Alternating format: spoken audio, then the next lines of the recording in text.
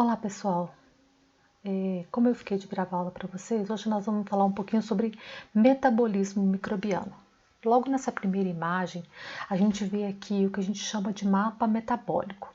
Nesse mapa estão demonstradas todas as vias metabólicas que os organismos vivos, de modo geral, fazem.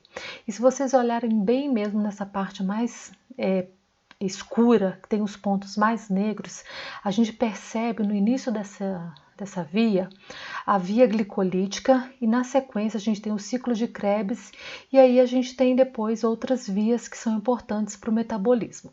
A gente não vai entrar em detalhes sobre isso, mas assim só para representar o metabolismo aqui de um modo geral dos organismos. A nossa intenção aqui é falar sobre metabolismo microbiano.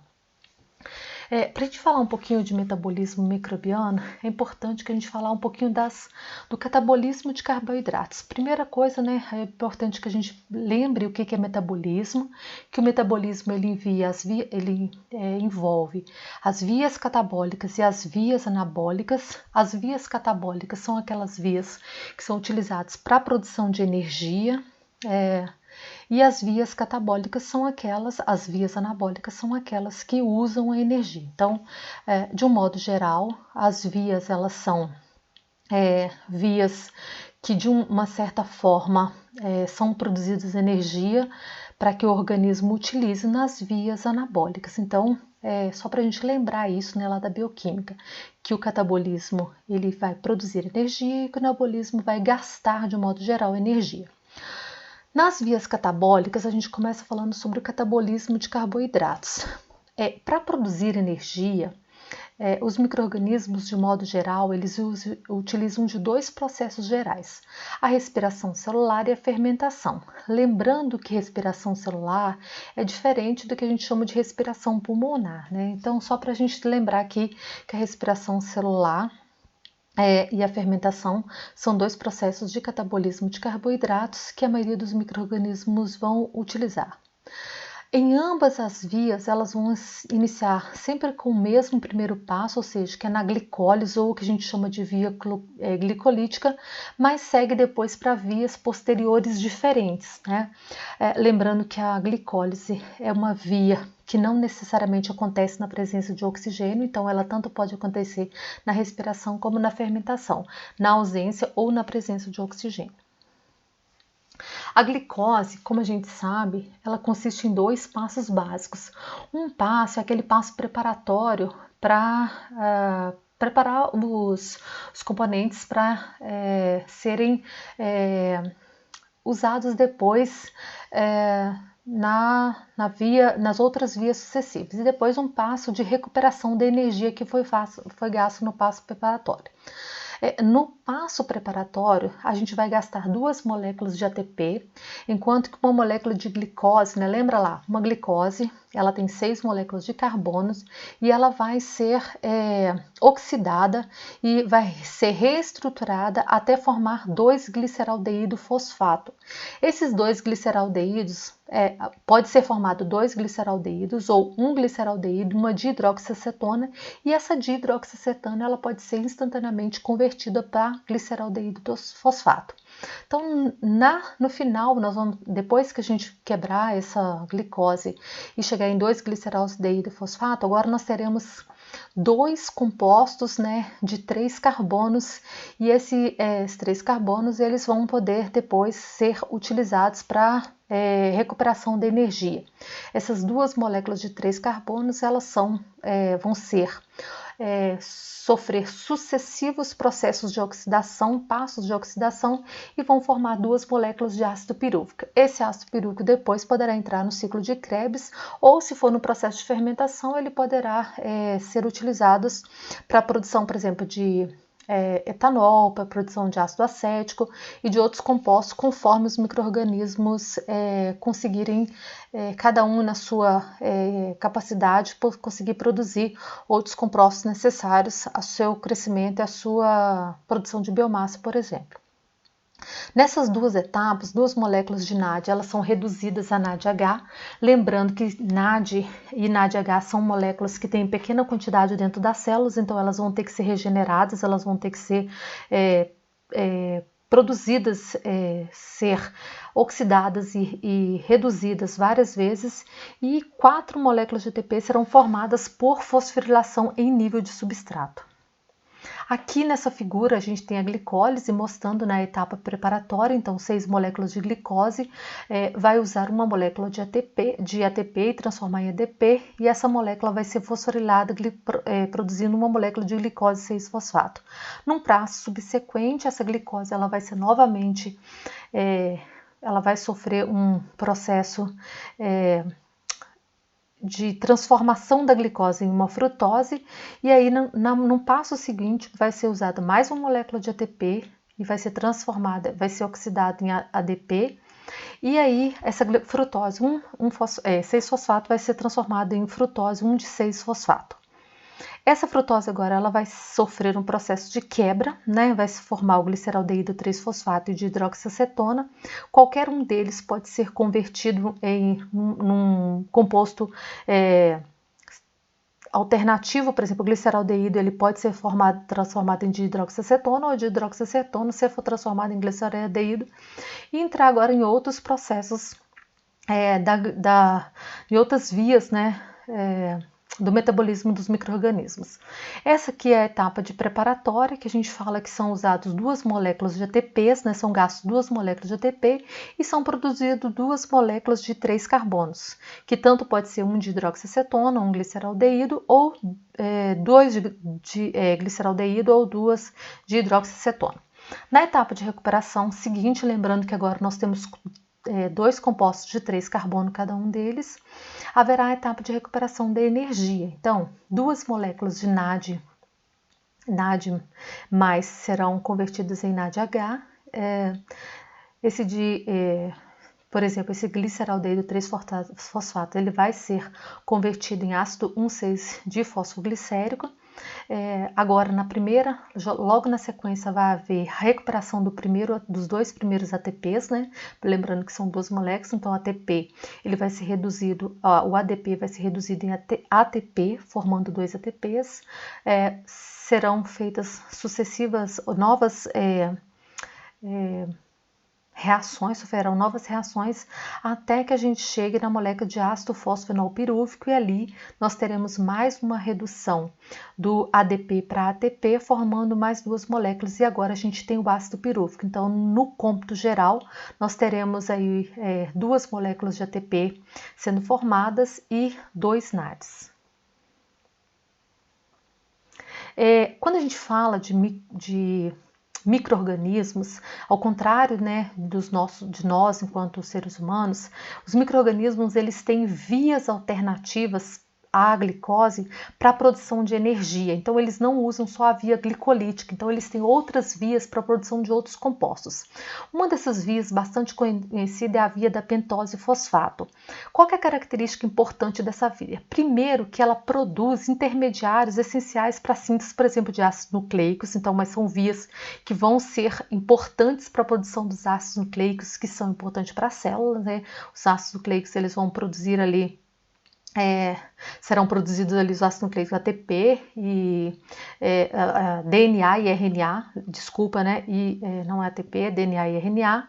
A glicose, a partir do dióxido de carbono na fotossíntese, também é uma via alternativa e vai produzir certos aminoácidos. Esses aminoácidos serão importantes por quê? Porque depois eles poderão ser usados nas sínteses proteicas. Então, são vias alternativas que o micro-organismo vai utilizar. Ou seja, ele tanto pode fazer via glicolítica ou ele pode fazer a via das pentoses fosfatos e produzir compostos importantes para a célula. Então, é uma via importante que produz a coenzima NADPH, né, que é também uma outra coenzima diferente do NAD, e a partir desse NADP. A via das pentoses também vai produzir um ganho somente de uma molécula de ATP para cada molécula de glicose oxidada, e as bactérias, por exemplo, Bacillus subtilis, Escherichia coli, Leuconostox mesenteroides e Enterococcus fecalis, eles são alguns dos micro-organismos que vão fazer essa via alternativa quando elas não precisarem de fazer a via glicolítica. Então aqui a gente tem, né, a glicólise, uma molécula de glicose, como se fosse lá na via glicolítica, ela vai se fosforilar da glicose 6-fosfato, né, vai usar uma molécula de ATP e ela vai fazer um processo de redução do NAD a produzir o NADPH, que são esses NADs, eles vão ser importantes lá nas reações anabólicas que a gente falou no início, né? Serão doadores de elétrons para as reações anabólicas, e aí ela vai formar o ácido 6-fosfoglicônico. Depois, novamente, ela vai transformar o NADP em NADPH com liberação de uma molécula de carbono e vai formar a ribulose 6-fosfato. Se vocês lembram bem da ribulose 6-fosfato, ela faz parte lá do ciclo de Calvin, da fase escura da fotossíntese. Nós não vamos falar de fotossíntese na nossa aula, mas lembrando que a ribulose 6-fosfato é uma molécula de 5 carbonos, importante lá no ciclo da fotossíntese, e alguns micro-organismos, como a gente já viu no início lá do nosso curso, no início da disciplina, alguns micro-organismos eles são fotossintetizantes, então eles podem ser usados, essa ribulose pode ser usado para aqueles micro-organismos que vão fazer a fotossíntese.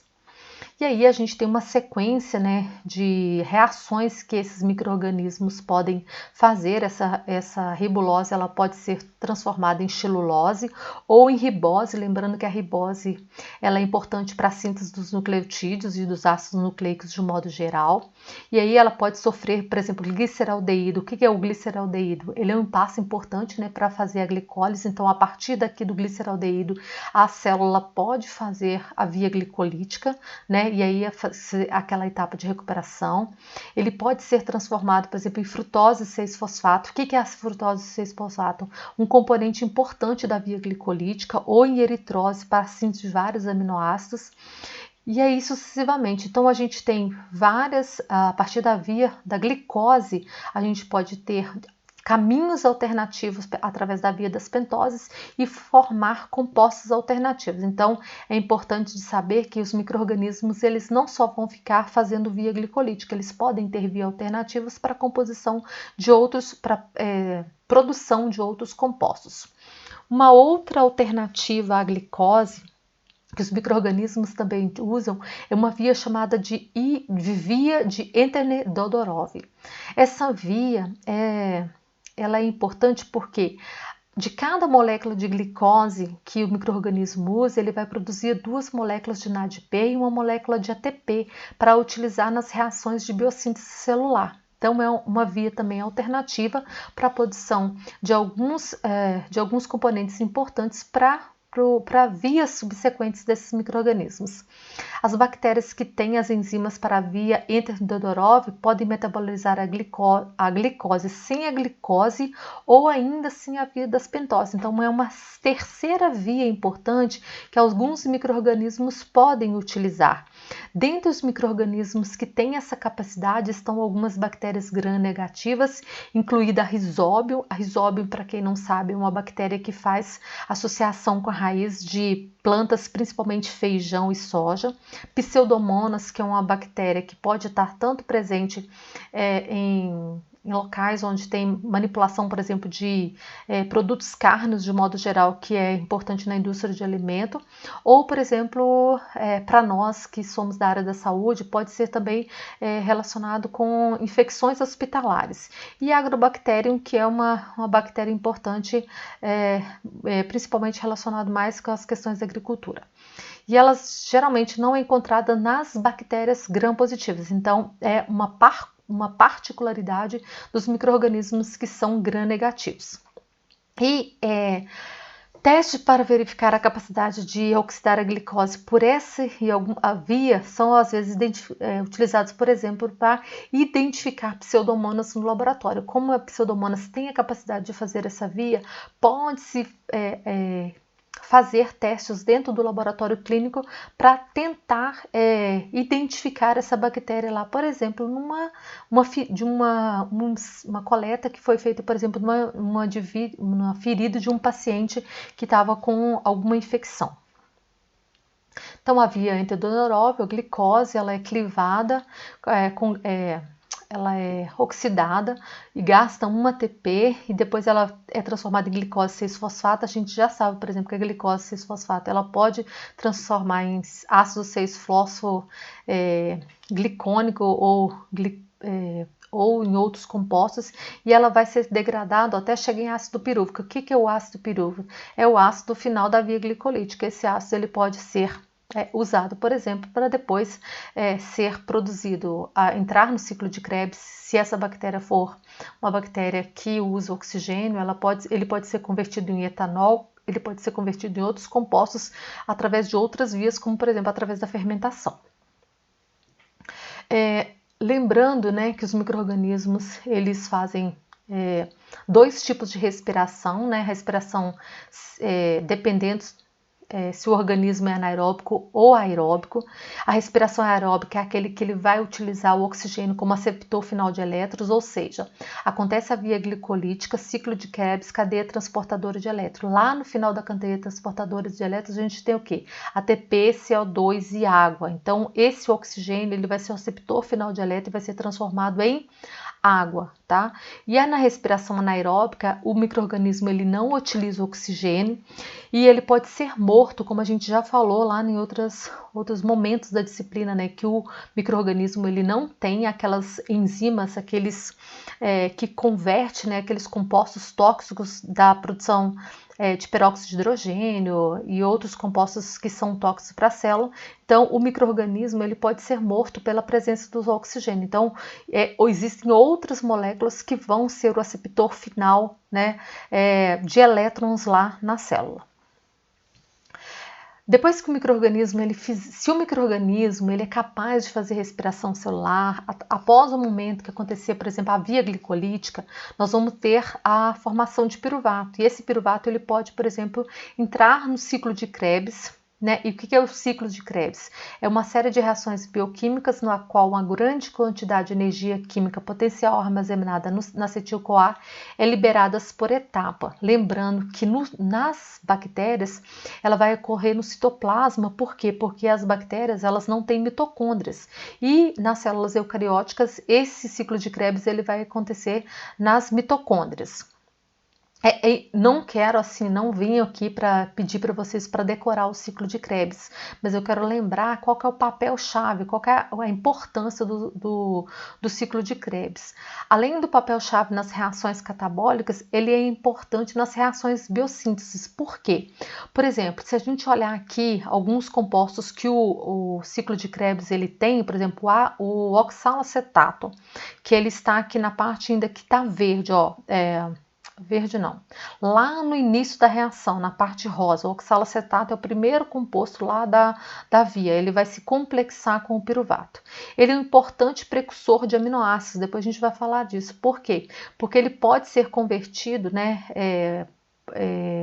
em processos de transaminação, ele pode ser transformado em um composto, em um aminoácido que a gente vai ver um pouquinho para frente. O succinil-CoA, que está ali também, ó, na parte rosa, o primeiro composto rosa, logo na sequência do alfa-cetoglutarato, ele pode ser utilizado para a formação dos citocromos e da clorofila. O que são os citocromos? São aqueles compostos que estão lá na cadeia transportadora de elétrons. E o acetil-CoA, ele é o quê? É um precursor, ele é usado na biossíntese do ácido graxo. Então, como que são formados os ácidos graxos? Eles são formados de quê? Um dos componentes é o acetil-CoA. Então, para além, né, dele ser um ciclo que vai fazer uma série de reações químicas, que vai fazer um potencial de energia química para a produção dessa energia química para se gerar uma cascata depois de reações lá na cadeia transportadora de elétrons, ele também vai formar importantes, né, intermediários nesses ciclos que podem ser utilizados para a produção de outros compostos. Só lembrando aqui que o piruvato ele é um composto de 3 carbonos, lembra lá que o gliceraldeído 3-fosfato ele sofre uma série de reações, de transformações, mas que vai dar um piruvato composto de 3 carbonos. Esse piruvato ele vai se complexar, vai se juntar, né, com a acetil-CoA, com o oxalacetato, e aí numa sequência de reações ele vai ser transformado em citrato. E esse citrato ele vai sofrer uma série de reações que vai combinar citrato, aconitato, isocitrato, né, que vai ser transformado em NADP, NADPH, vai liberar moléculas de oxigênio. A gente vai ter formações de coenzimas, formações de GTP, de FAD, de NAD, também que são coenzimas. E no final nós vamos ter o que? Uma molécula de oxalacetato pronta de novo para ser incorporada ao piruvato. Então é uma sequência de reações que vai, de certa forma, carrear uma série de elétrons que são transportados até a cadeia transportadora de elétrons para a produção de energia. Então, as reações preparatórias para a produção direta de energia, para a produção de um potencial energético para ser depois utilizado lá na cadeia transportadora de elétrons. Então aqui, né, nós temos uma série de questões que acontecem aqui, né, uma volta no ciclo começa com a enzima retirando a porção da CoA, da acetil e combinando no grupo acetil de 2 carbonos remanescente com ácido oxalacetato, e a adição do grupo acetil produz o ácido cítrico de 6 carbono. Lembrando que todas essas reações, elas têm, né, ação de enzimas específicas que vai fazer com que elas aconteçam. As oxidações geram NADH. As etapas 2 é de rearranjo, as etapas 3 e 4 vão combinar oxidações e descarboxilações, não perdas de CO2, para liberar 2 átomos de carbono que provêm do ácido oxalacetato. Os carbonos eles são liberados como CO2 e as oxidações geram NADH e a partir do NADP. E durante a segunda oxidação, a coenzima é oxidada no ciclo, formando o composto succinil-CoA. ATP é produzido por fosforilação em nível de substrato, CoA é movida da succinil-CoA, liberando ácido succínico. E enzimas rearranjam as ligações químicas, produzindo 3 moléculas diferentes antes da regeneração do ácido oxalacetato. Na etapa 6, uma oxidação produz um FAD, na etapa 8, uma oxidação gera NAD e converte o ácido málico em ácido oxalocetático, que está disponível para entrar em uma nova volta do ciclo. Então, lembrando que é um ciclo, né? Que sempre vai começar o oxalacetato, vai se juntar o ácido pirúvico junto com o acetil-CoA, né? Primeiramente, o ácido pirúvico ele vai ser convertido em acetil-CoA. Essa acetil-CoA vai se juntar ao oxalacetato e vai formar o citrato. E isso vai sempre acontecer através de um ciclo, né? Sempre com formação de alguns compostos e liberação e fazendo com que os elétrons vão se fluindo até chegar à cadeia transportadora de elétrons. Na cadeia transportadora de elétrons, ela vai acontecer nas mitocôndrias de eucarioto e na membrana citoplasmática de procariotos, porque procariotos, bactérias, elas não produzem, elas não têm núcleo, elas não têm uma série de organelas, como por exemplo a mitocôndria. Em fungos, por exemplo, elas podem acontecer em outros locais, tá? Então, a partir do momento que a gente tem uma série de elétrons, eles vão passar através da cadeia transportadora de elétrons. Então, os elétrons e os prótons, eles vão fluir, né, recolhidos da glicose pelo NAD, pelo ciclo de Krebs, pelo NAD, pelo FAD, eles serão transportados ao longo de cadeias em citocromos, né, que vão ser uma série de reações de óxido-redução, em que ora esses NADs eles vão ser oxidados, ora esses elétrons eles vão oxidar esses compostos, ora eles vão se reduzir e vai gerar um potencial energético que vai levar à formação do ATP. Então aqui, ao final nós teremos ATP, CO2 e água. É importante a gente falar, tá, que eu não vim aqui para falar de cada um desses compostos, eu só quero lembrar assim, que os micro-organismos eles têm a capacidade de fazer respiração, que eles podem fazer o processo respiratório e quando eles respiram, podem fazer glicólise, ciclo de Krebs, cadeia transportadora de elétrons. E queria chamar a atenção assim, a gente aprendeu lá na bioquímica, a gente aprendeu lá no 2º grau, que quando Uma molécula de glicose de 6 carbonos, ela é quebrada até CO2, ela é oxidada até CO2, ATP e água. Quando a gente aprendeu isso pela primeira vez, a gente sempre ouvia dizer assim que uma molécula ela vai produzir 36 ATPs. A gente sabe hoje que isso pode ser um pouquinho a mais, um pouquinho a menos, conforme as contas que se fazem, conforme isso é realizado, mas as bactérias elas têm capacidade de produzir mais.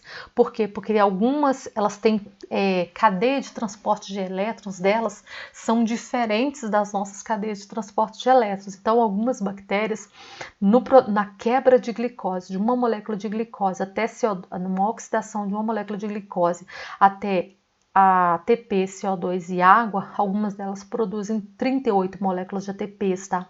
Então, só falando assim, porque devido a algumas alterações que elas têm nas suas cadeias de transportadoras de elétrons.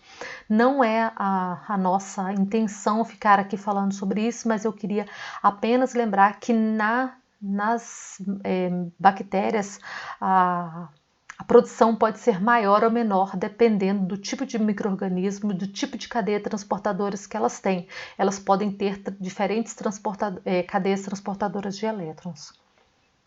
Então aqui está mostrando, né, como que acontece. Então a gente tem aqui o NAD, um NADH sendo reduzido, sendo oxidado e sendo reduzido sucessivamente, e a gente vê aqui que no espaço periplasmático vai formando muitos íons H+. Isso vai gerar um potencial que faz com que essa molécula que está aqui próximo da ATP, que é uma ATP sintase, que é uma enzima ATP sintase, quando a gente tiver 6 íons H+, ela vai poder produzir ATPs, ela vai ter energia suficiente, força suficiente para converter 3 NADs mais 3 fósforo a 3 ATPs. Então, isso a gente vai gerar um potencial elétrico, um potencial também químico que faz com que haja produção desses ATPs. Ao contrário dos micro-organismos que fazem respiração aeróbica, existe um grupo muito grande de micro-organismos que eles fazem a respiração anaeróbica. Então, eles vão ter o aceptor final de elétron, uma substância inorgânica diferente do oxigênio. Então, por exemplo, algumas bactérias como pseudomonas e bacilos, elas podem usar o íon nitrato, que é o NO3, como aceptor final de elétron. Esse íon nitrato ele vai ser reduzido a nitrito, óxido nitroso ou nitrogênio gasoso. Bactérias como o desulfovibrio utilizam o sulfato como aceptor final de elétrons para formar sulfeto de hidrogênio. Bactérias ainda utilizam o carbonato para formar metano, né? Lembra lá que algumas bactérias que ficam no rumen dos animais, elas vão produzir metano, e hoje existe uma discussão muito grande sobre essa produção de metano. A respiração anaeróbica por bactérias utilizando nitrato ou sulfeto como aceptores finais é essencial para os ciclos do nitrogênio e do enxofre que ocorrem na natureza, porque eles são como se fossem recicladores desses componentes. A quantidade de ATP gerada na respiração anaeróbica varia com o micro-organismo e a via, e eles tendem a crescer mais rapidamente, mais lentamente. E isso a gente observa dentro do laboratório. Por exemplo, uma bactéria que respira, que faz respiração aeróbica, tá? Aeróbica, que usa oxigênio, em 24 horas elas estão, existem, às vezes nem precisam de 24 horas, com 12 horas existem milhões e milhões desses micro-organismos. Esses micro-organismos anaeróbicos, quando a gente vai trabalhar com ele no laboratório, a gente precisa de mais tempo, eles crescem mais lentamente, eles demoram mais tempo para crescer. Então, às vezes, o que eu faço em 24 horas, quando eu estou trabalhando, por exemplo, com a bactéria aeróbica, eu vou precisar de 48, 72 horas para eu trabalhar com micro-organismos anaeróbicos, para eu verificar o crescimento, para eu acompanhar o crescimento desses micro-organismos. Ao contrário daqueles micro-organismos que fazem respiração, existem aqueles micro-organismos que fazem fermentação. E dentro da microbiologia, na nossa área, na área de nutrição, eles são muito importantes, porque tem uma série de micro-organismos que eles são usados para a produção de alimentos. Vejamos aí alguns deles, alimentos, por exemplo, fermentação de pão, fermentação alcoólica para a produção de bebidas de modo geral, uma série de alimentos que são micro-organismos que fermentam, por exemplo, para fazer um chucrute, para fazer um alimento fermentado, para fazer um molho de soja. Então existem o iogurte, uma série de alimentos que são produzidos usando a fermentação. Então aqui a fermentação para a gente é muito importante a gente falar. Lembrando que a fermentação, né, ela começa também com a glicólise, com a via glicolítica, ou seja, uma molécula de glicose é oxidada até ácido pirúvico, né? Então a molécula é quebrada formando 2 ácidos pirúvicos, e esse ácido pirúvico ele vai produzir uma série de outros compostos através do processo de fermentação. E aí a fermentação, ela tem sido, a gente pode falar assim que ela é definida por um processo aqui. Libera energia a partir de açúcar ou outra molécula orgânica, como aminoácidos, ácidos orgânicos, purinas e pirimidinas. Ela não requer oxigênio, mas algumas vezes pode ocorrer na presença dele. Por exemplo, a Escherichia coli. Ela tanto cresce na presença quanto na ausência, então muitas vezes ela pode estar na presença do oxigênio e fermentar.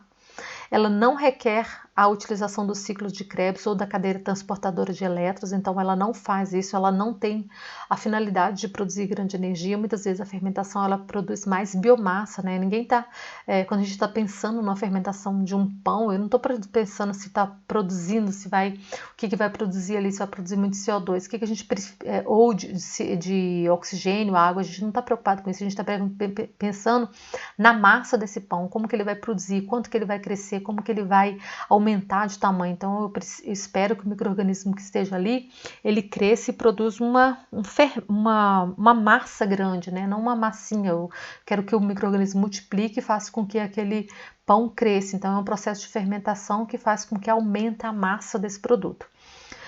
Utiliza uma molécula orgânica como aceptor de final de elétrons, então, por exemplo, um ácido acético, um etanol, um ácido butírico, então são compostos aceptores finais. Produz somente uma pequena quantidade de ATP, porque grande parte da energia original na glicose permanece nas ligações químicas dos produtos finais orgânicos, como ácido lático e etanol.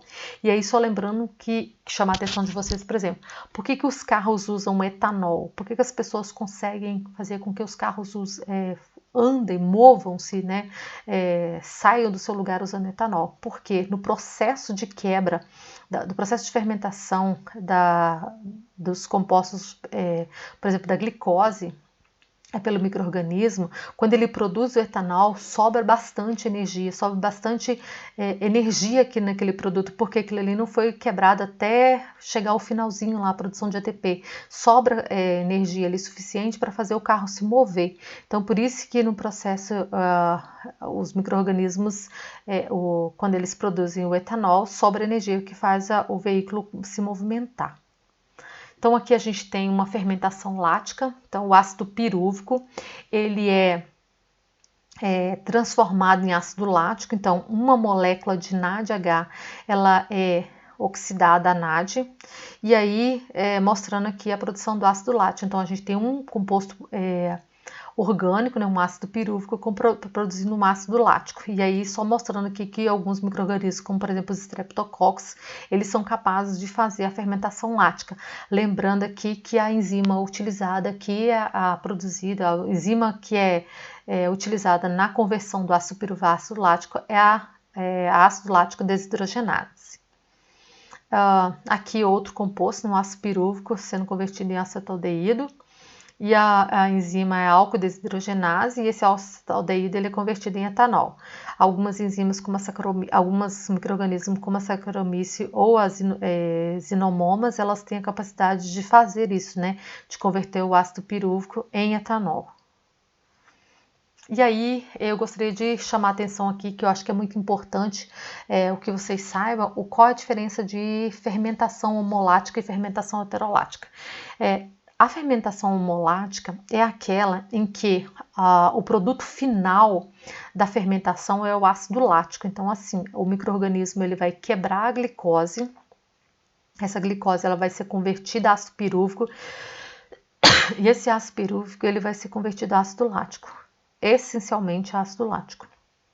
Quando a gente tem fermentação heterolática, é aquela fermentação em que outros compostos são produzidos, por exemplo, etanol e CO2, a gente tem ácido acético, ácido propiônico, acetona, ácido isopropílico, ácido lático, mas o ácido lático não é o composto final, não é o composto majoritário, não é o composto principal. Então, a heterolática é quando no processo de fermentação final, a gente produz vários compostos a mais, não só o ácido lático. E aí é importante a gente lembrar também que muitas vezes as pessoas têm a impressão que quando a gente fala de fermentação homolática ou heterolática, quer dizer que é o micro-organismo que faz a fermentação do leite. Não é bem assim, tá, gente? Qualquer micro-organismo, qualquer alimento, ele pode ser fermentado. Então eu posso fermentar qualquer produto e não produzir, não ser necessariamente fermentação lática, tá? Não quer dizer que é para fermentação de leite, heterolático, homolático, não é fermentar o leite. Não é eu pegar um micro-organismo, crescer, fazer um iogurte, fazer um leite, não. Qualquer micro-organismo que cresça em qualquer alimento que fermente, ele faz fermentação. E aí ela pode ser lática ou homolática. Ele pode produzir ácido lático ou pode produzir qualquer outro composto da via ali. Então, por exemplo, quando eu faço a fermentação lá do pão, pego uma levedura, uma bactéria, coloco lá para fermentar com a glicose, com uma farinha, né? Eu pego uma farinha de trigo, boto o micro-organismo para crescer lá, ele fermenta, ele produz o que? Etanol e CO2. Então ele faz uma fermentação, não necessariamente ele fermentou o leite. Às vezes eu faço pão e nem preciso colocar o leite. Ele fermentou, então ele produziu etanol e CO2. Quando eu asso o pão, o que acontece? O CO2 ele é volátil, ele faz a massa crescer, né? E aí a massa cresce, depois se perde. O etanol, com o aquecimento, ele também vai se perder. Então, ele não produz, não vai transformar aquela glicose, nada daquilo lá, num processo, num produto de leite, né? Apenas ele fez uma fermentação. E essa fermentação, ela é heterolática. Aí aqui tem uma foto mostrando, né, o processo de respiração e fermentação, como que cada um deles acontece. Os dois começam pela via glicolítica, os dois, né, parte de uma glicólise, o ácido pirúvico, então o ácido pirúvico ele é convertido, né, acetil-CoA, essa acetil-CoA entra no ciclo de Krebs quando ela é incorporada ao oxalacetato, e esse ciclo de Krebs ele vai liberar elétrons a partir e prótons, né, juntamente com as moléculas de coenzimas NAD e FAD, eles vão passar por uma cadeia transportadora de elétrons para produzir ATP, CO2 e água. Na fermentação, o ácido pirúvico e os elétrons carregados por o NAD na glicólise são incorporados nos produtos finais da fermentação. Então, são dois processos que começam ao mesmo tempo que o micro-organismo, cada micro-organismo vai poder fazer respiração ou fermentação conforme as enzimas que ele tem, conforme o local onde ele é colocado, conforme as condições a que ele é submetido. Por exemplo, se eu coloco uma Escherichia coli para crescer numa condição de aerobiose, muitas vezes ela vai respirar, fazer glicólise, ciclo de Krebs, cadeia transportadora de elétrons. Mas se ela está dentro do nosso intestino, por exemplo, num local com baixa concentração de oxigênio ou com nenhuma concentração de oxigênio, ela vai fermentar e vai crescer da mesma forma, né? Então, só lembrando que vai depender também do local onde esse micro-organismo está colocado, sobre que condições ele está colocado, qual é o pH, qual é a temperatura, qual é a condição de oxigênio. Então, tudo isso vai influenciar no crescimento. Muitas vezes o micro-organismo ele é capaz de crescer, fazer respiração, mas a condição que ele está colocado, ele não vai conseguir crescer ali, então ele vai fermentar. Quando a gente vai falar de catabolismo, né, de lipídios, lembrando que os lipídios, eles vão ser, quando eles são quebrados, né, os lipídios, eles vão formar majoritariamente glicerol e ácidos graxos. Esse glicerol ele pode ser convertido em dihidroxiacetona fosfato, e aí de novo, né, qual é essa dihidroxiacetona ela pode fazer?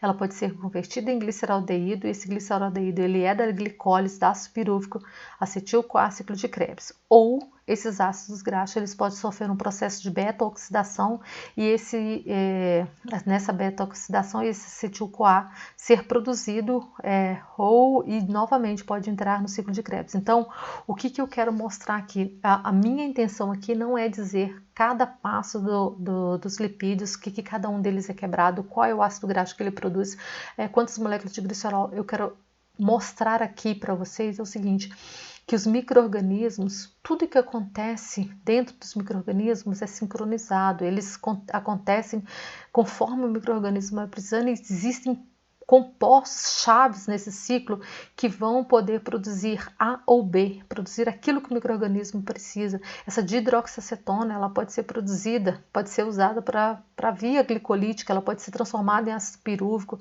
e isso pode fazer ciclo de Krebs cadeia transportadora de elétrons. Então vai ser conforme o micro-organismo depender. Então os micro-organismos eles vão produzir enzimas extracelulares chamadas de lipase que vão quebrar as gorduras nos seus componentes principais, que são ácido graxo e glicerol.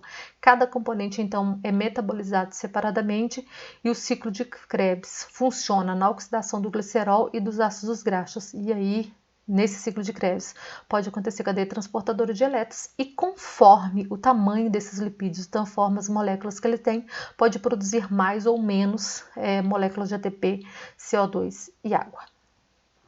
No catabolismo das proteínas, as proteínas elas são grandes demais para atravessar sem a ajuda das membranas plasmáticas, então elas vão precisar ter degradadas.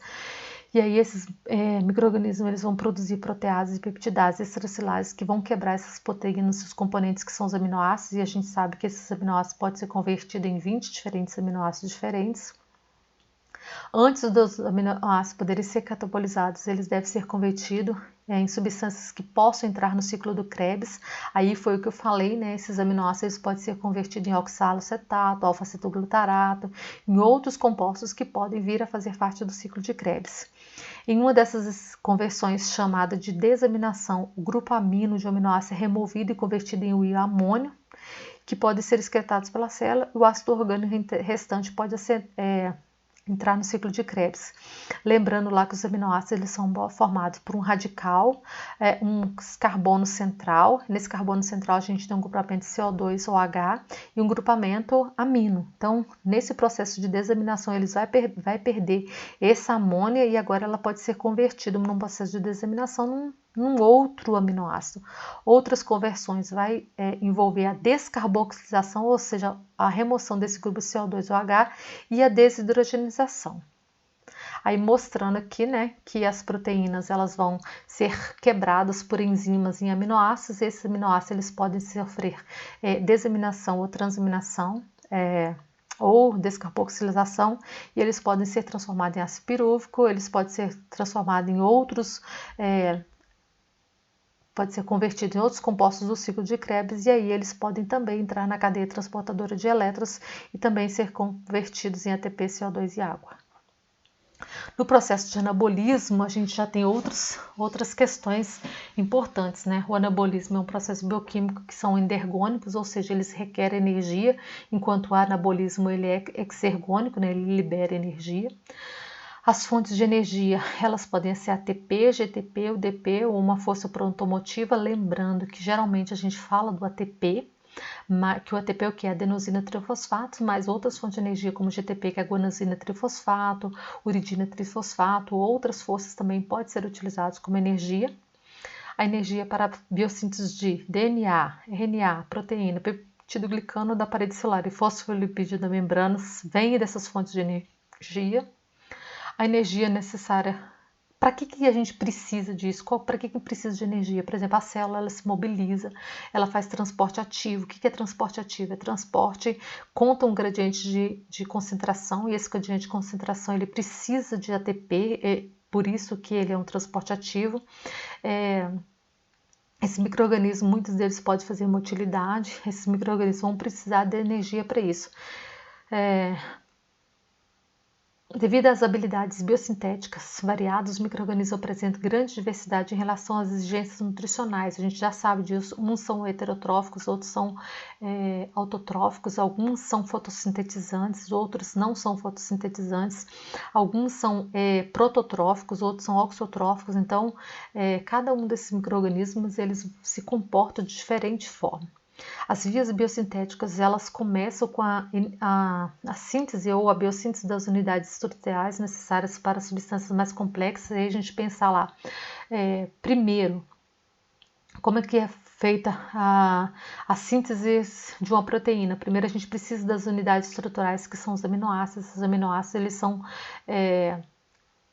são produzidos ou vêm de outras vias, das vias catabólicas, e aí novamente eles são organizados, né, de forma a produzir novas proteínas conforme a necessidade das células. Se for lá os lipídios, a gente vai unir, né, o glicerol mais os acetil-CoA para a produção desses lipídios. Se for outro composto, como é que são formados, por exemplo, amido dentro se o micro-organismo ele produz amido, se ele produz os compostos, como é que cada um desses compostos são produzidos? Através, né, da redução, através da síntese, né, de novos compostos. Por exemplo, glicose, 2 moléculas de glicose formam o quê? Uma molécula de glicose, uma de lactose, uma molécula de glicose, uma outra molécula de outro composto, que são usados para formar outros compostos dentro da célula. As unidades estruturais ativadas são unidas uma a outra para formar substâncias complexas que se formam parte estrutural funcional das células. Para a produção desses compostos, essas unidades elas são ativadas, geralmente elas são ativadas com ATP, então um ATP é utilizado para ativar essas moléculas, né, uma molécula de aminoácido, uma molécula de outro composto, para a produção desses novos compostos maiores. Na biossíntese de carboidratos, por exemplo, os micro-organismos que são autotróficos são capazes de usar o CO2 da atmosfera convertendo em composto orgânico. Fixação, que vai necessitar de TP e NADP. Por exemplo, as bactérias elas são capazes, no processo de fotossíntese, fixar o CO2 e produzir glicose. Né? Aqueles micro-organismos, por exemplo, fotoautotróficos, produzem ATP utilizando energia luminosa através do processo de fotofosforilação e obtêm o NADPH usando os elétrons removidos da clorofila na presença de luz. Os que são quimioautotróficos, como por exemplo, a nitrosomonas ou tiobacilos, eles vão produzir ATP utilizando a energia liberada da oxidação de compostos inorgânicos, como H2, amônia, nitrito e compostos sulfurados, e vão obter o que? O NAD, que são as moléculas importantes, as coenzimas, através dos elétrons retirados durante a oxidação de compostos inorgânicos. Então, são vias que o micro-organismo vai utilizar para a produção de carboidratos.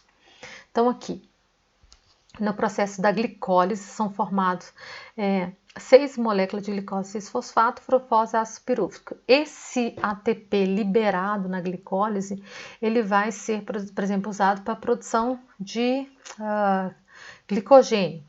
E ele vai ser ativado, né, para que ele possa, essa glicose ela pode ser ativada e produzir glicogênio, outros compostos, glicogênios em animal, glicogênios em bactérias, ou pode ser produzidos, por exemplo, as unidades lá do peptidoglicano, né, que são importantes para a produção dos peptidoglicanos em bactérias.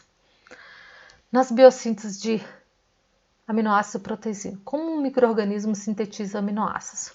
O nitrogênio gasoso é utilizado apenas por algumas bactérias para a síntese de compostos nitrogenados, como por exemplo a amônia. Então, algumas bactérias elas têm a capacidade de fazer a fixação do nitrogênio, então elas vão poder produzir amônia. As formas inorgânicas para amônia, sulfato de amônio, amônio mais composto contendo carbono para produzir aminoácidos. Então, tendo a molécula principal a amônia, então de outras moléculas inorgânicas ela vai produzir os aminoácidos. Por exemplo, um processo de aminação, adição de um grupo amino ao ácido pirúvico ou a um outro composto lá no ciclo de Krebs, ela pode produzir um aminoácido ou um processo de transaminação.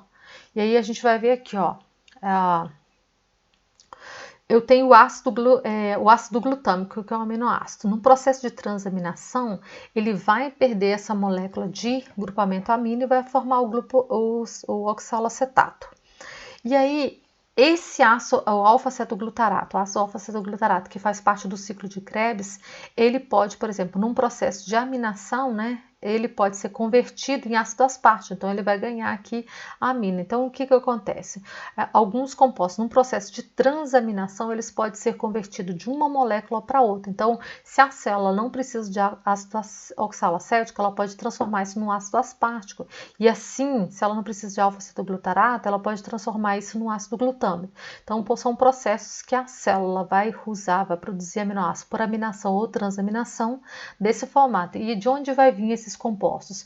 Vai vir da via das pentoses, vai vir do ciclo de Krebs, que vai produzir os compostos açoxalacético, que podem ser produzidos ali, o alfa-cetoglutarato, e também pela via da Ender-Dodorov, que a gente falou anteriormente, que são vias alternativas para a produção de outros compostos. Na biossíntese dos lipídios, os lipídios eles variam consideravelmente em composição química, sendo sintetizados por diversas rotas. As células elas vão sintetizar a gordura pela ligação do glicerol a ácidos graxos. A porção glicerol da gordura ela é derivada da dihidroxiacetona, que é formado lá na via glicolítica, então essa dihidroxiacetona ela pode ser convertida em glicerol. Os ácidos graxos, que são hidrocarbonetos de cadeia longa, eles são construídos quando fragmentados de 2 carboatos da acetil-CoA, que são adicionados uns aos outros. De onde vem essa acetil-CoA? Ela pode vir, por exemplo, lá da via do ciclo de Krebs. Então, são vias alternativas. E as unidades construtivas da gordura e de outros lipídios são ligadas por reações de síntese por desidratação, que requer energia e nem sempre na forma de ATP. Então, a gente tem aqui a glicose, né, formando gliceraldeído. Esse gliceraldeído pode ser transformado em dihidroxiacetona e essa dihidroxiacetona transformada em gliceraldeído. A acetil-CoA, lá no ciclo de Krebs, ela pode sofrer um processo de ser transformada em ácido graxo, e a junção de gliceraldeídos mais 3 ácidos graxos vai formar lipídios simples. Então, a gente tem aqui alguns compostos que podem ser produzidos alguns lipídios que podem ser produzidos através da própria glicólise. E aí, os nucleotídeos, né, que são importantes, né, os açúcares de 5 carbono dos nucleotídeos, eles são derivados da via das pentoses, da via da Ender-Dodorov, quando eu falei lá da ribulose, que é transformada em ribose. Alguns aminoácidos, ácido aspartico, glicina e glutamina, feitos a partir de intermediários produzidos da glicose no ciclo de Krebs, eles participam da biossíntese das purinas e das pirimidinas, então eles podem ser convertidos. E os átomos de carbono e nitrogênio derivados desses aminoácidos formam os anéis da purina e da pirimidina. E a energia para a síntese é fornecida pelo ATP. Então, aquele ATP que é produzido lá na via glicolítica, ele pode ser usado para conversão na via anabólica. E aí a gente tem aqui a biossíntese dos lipídios, né? Então a glicólise ela pode ser na via Ender-Dodorov, na via da pentose fosfato, transformada em pentose lá na ribose, né? Ou na desoxirribose, e aí produzir aqui ser utilizados para a produção dos nucleotídeos de purina e pirimidina. No ácido fosfórico ele pode ser convertido em glicina. Lá no ciclo de Krebs, alguns compostos podem ser transformados em glutamina ou no ácido aspartico, e aí eles vão ajudar na formação dos anéis púricos e anéis pirimídicos. E a biossíntese do peptídeo glicano, que é uma etapa importante, né, da biossíntese das bactérias, lembrando, né, que o peptídeo glicano ele é formado de uma unidade estrutural de N-acetilglicosamina e um acetilácido murâmico e de alguns aminoácidos, lembra? De uma cadeia pentapeptídica de aminoácidos. Então, primeira etapa vai ser a conversão de glicose, uma unidade estrutural ativada de N-acetilglicosamina, e ela vai ser ativada com o UTP. Então, ela vai ser transformada em uma molécula de UTP, vai se juntar a essa N-acetilglicosamina. Após a produção dessa N-acetilglicosamina, parte dela vai ser utilizada para a produção de uma outra unidade estrutural, como o ácido acetil murâmico, e aí novamente ela vai ser energizada, ela vai ser ativada. Depois vai acontecer a formação da cadeia pentapeptídica ao N-acetilglicosamina. A introdução de um lipídio carreador, esse lipídio carreador é muito importante, né, para a formação dessas moléculas, e muitas vezes alguns aminoácidos até atuam nesse lipídio carreador. Lembra que eu falei para vocês quando a gente estava falando dos aminoácidos, eu lembrei quando a gente falar de biossíntese de peptídeo glicano, tem uma parte importante que é da formação desse lipídio carreador. Alguns antimicrobianos, alguns antibióticos, eles podem atuar na desestabilização desse lipídio carreador. Então, ela é uma etapa importante na formação do peptídeo glicano. A adição do N-acetilglicosamina e do N-acetilácido murâmico ao pentapeptídeo ao lipídio carreador vai formar uma unidade constitutiva completa desse peptídeo glicano. A partir do momento que tivermos uma unidade desse peptídeo, ele vai acontecer o transporte dessa unidade através da membrana citoplasmática para ser integrada à estrutura da parede celular. Lembrando que a membrana citoplasmática ela não consegue transportar através da sua parede grandes moléculas, então ela vai levar pequenas moléculas para ser integrada à parede celular.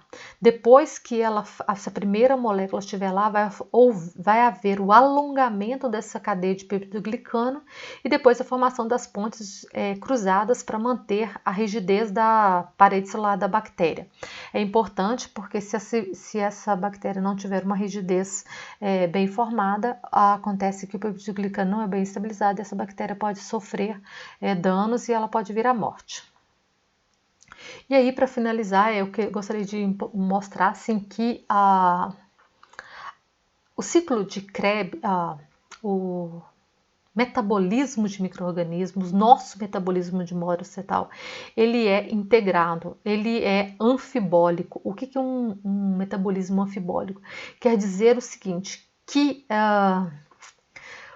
nessas vias de mão dupla, nessas setas onde indicam vias anfibólicas, vias de mão duplas, quer dizer que as reações elas podem acontecer em ambas as direções. Por exemplo, um ácido fosfórico ele pode ser transformado em aminoácido, ele pode ser convertido em aminoácido através de reações, né?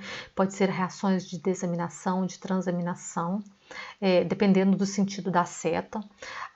Essas reações, por exemplo, um acetil-CoA, ela pode ser convertida em ácido graxo, um ácido graxo pode ser convertido em acetil-CoA, depende da necessidade do organismo. Se o organismo ele está fazendo uma via metabólica, o que ele vai converter?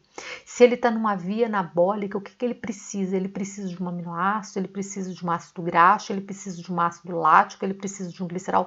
Então, tudo é integrado, o ciclo ele é integrado, ele acontece simultaneamente. Na célula nada acontece de forma desorganizada, a célula não espera, ela não para e fala assim, agora eu vou fazer essa glicose, depois eu vou fazer...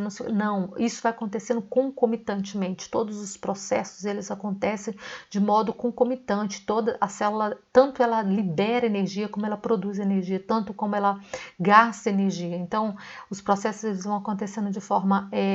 integrada de forma contínua para que a célula possa crescer sem que haja prejuízo para a célula. Da mesma forma que ela produz energia para algumas das suas necessidades, ela também gasta energia para produzir outros compostos. Então, o que eu quero chamar a atenção é assim, que o ciclo ele acontece de forma integrada.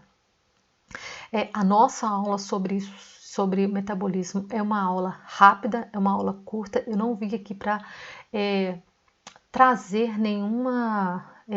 dizer que isso produz tantos compostos, isso produz mais tantos, não. Eu quero dizer assim, que o metabolismo, ele é uma via integrada, que tudo acontece simultaneamente, que existem micro-organismos que eles podem fazer os mais variados tipos de... as mais variadas... formas, ele pode produzir energia das mais variadas formas, ele pode usar as vias mais variadas possíveis.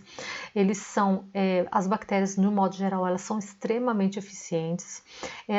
Algumas conseguem fazer respiração aeróbica, outras conseguem fazer respiração anaeróbica, umas fazem fermentação e aí dessa forma elas crescem muito mais rápido, elas se desenvolvem, elas estão aí para promoverem algumas vezes prejuízo e algumas vezes elas são benéficas. E graças a Deus que de um modo geral elas são mais benéficas do que maléficas. De um modo geral a gente consegue viver melhor com ela do que a gente imagina, tá? Elas produzem uma série de alimentos, elas produzem uma série de compostos importantes para a indústria farmacêutica, para a indústria de alimentos, para a indústria de enzimas, para a indústria de tecnologia. Então eles estão aí, muitos deles estão aí de forma geral para nos ajudar. Quando eles encontram, alguns deles podem também causar prejuízos, principalmente quando eles sofrem mutações, ele sofre alguns processos e alguns deles são mesmo causadores de doença. Então, de um modo geral, a gente consegue conviver com eles e graças a eles a gente consegue viver também bem, porque muitos deles fazem processos de ciclagem, fazem processos de melhorar as condições do meio ambiente, então também são bem-vindos entre nós. Sabendo controlá-los, sabendo utilizar da melhor forma, eles são bem-vindos para nos ajudar. A nossa aula é sobre isso e se vocês tiverem alguma dúvida, eu gostaria que vocês me mandassem alguma mensagem, perguntassem qualquer coisa, tá bom? Espero que eu tenha auxiliado e a gente se encontra na prova. Havendo dúvidas, eu gostaria que vocês perguntassem, tirassem dúvidas e me mandassem alguma mensagem para esclarecimentos. Tá bom? Abraço e até!